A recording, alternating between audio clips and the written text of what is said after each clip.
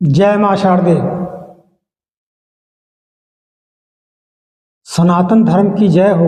वंदे मातरम। दोस्तों, हम आपको ये बताना चाहते हैं कि कोई व्यक्ति नशा क्यों करता है, नशे का शिकार क्यों होता है। कितना भी उसको समझाया जाए लेकिन वो नशा से दूर होने का नाम नहीं लेता है। ठीक है, उसका कारण ये है कि मन जो है सारे भावनाओं का केंद्र होता है और मन का कारक जो चंद्रमा होता है। चंद्रमा मनसो जायते चक्षु सूर्यो अजायते। चंद्रमा मन का कारक है और सूरज को आंख भी कहा जाता है और आत्मा का भी प्रतीक है। अगर सूर्य प्रबल है, अगर आत्मा प्रबल है तो मन हावी नहीं होने पाता है। लेकिन चंद्रमा अगर कमज़ोर है, चंद्रमा कमज़ोर कब होता है? वृश्चिक राशि पर हो जाता है, नीच का हो जाता है, या पाप ग्रहों के बीच में पड़ जाता है, या सूरज के आसपास होता है, अमावस्या का होता है, या सूर्य से 2 अंश पीछे 2 अंश आगे रहता है तो चंद्रमा कमज़ोर माना जाता है। और पाप ग्रहों से जब पीड़ित हो जाता है तो मन उसका विचलित हो जाता है। अगर ये चंद्रमा सूर्य और मंगल से प्रभावित होता है तो मारपीट पर जो है उतारू हो जाता है, वाणी उसकी कर्कश हो जाती है। लेकिन यही चंद्रमा राहु और शनि से प्रभावित होने लगता है तो उसके अंदर नशा की प्रवृत्ति बढ़ने लगती है।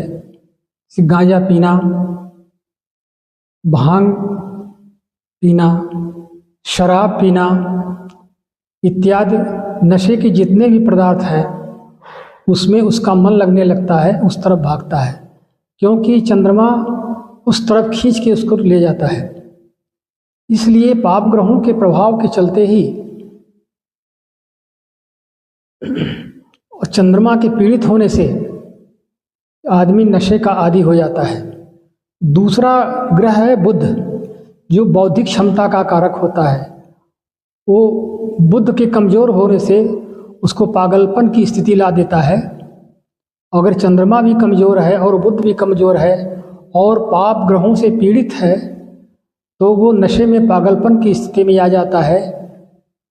पत्नी को, बच्चों को, परिवार में सबको मारता पीटता है। कितना भी समझाइए लेकिन वो छोड़ता नहीं, कुछ देर के बाद फिर वही काम शुरू कर देता है। इसलिए चंद्रमा और बुध के कमज़ोर होने तथा राहु शनि केतु पाप ग्रहों से पीड़ित होने के कारण आदमी नशे के शिकार हो जाता है। इस प्रकार दोस्तों, मैंने आपको नशे के बारे में बताया। तो जिन जनपत्तियों में इस तरह का संयोग मिलता है तो वे नशे के आदी हो जाते हैं और अपने जीवन को बर्बादी की तरफ ले जाते हैं। इसलिए उनका सुधार करना चाहिए और नवग्रह की शांति करावें। राहु, शनि और चंद्रमा और बुध 4 ग्रहों की शांति कराने से कुछ थोड़ा सा उनको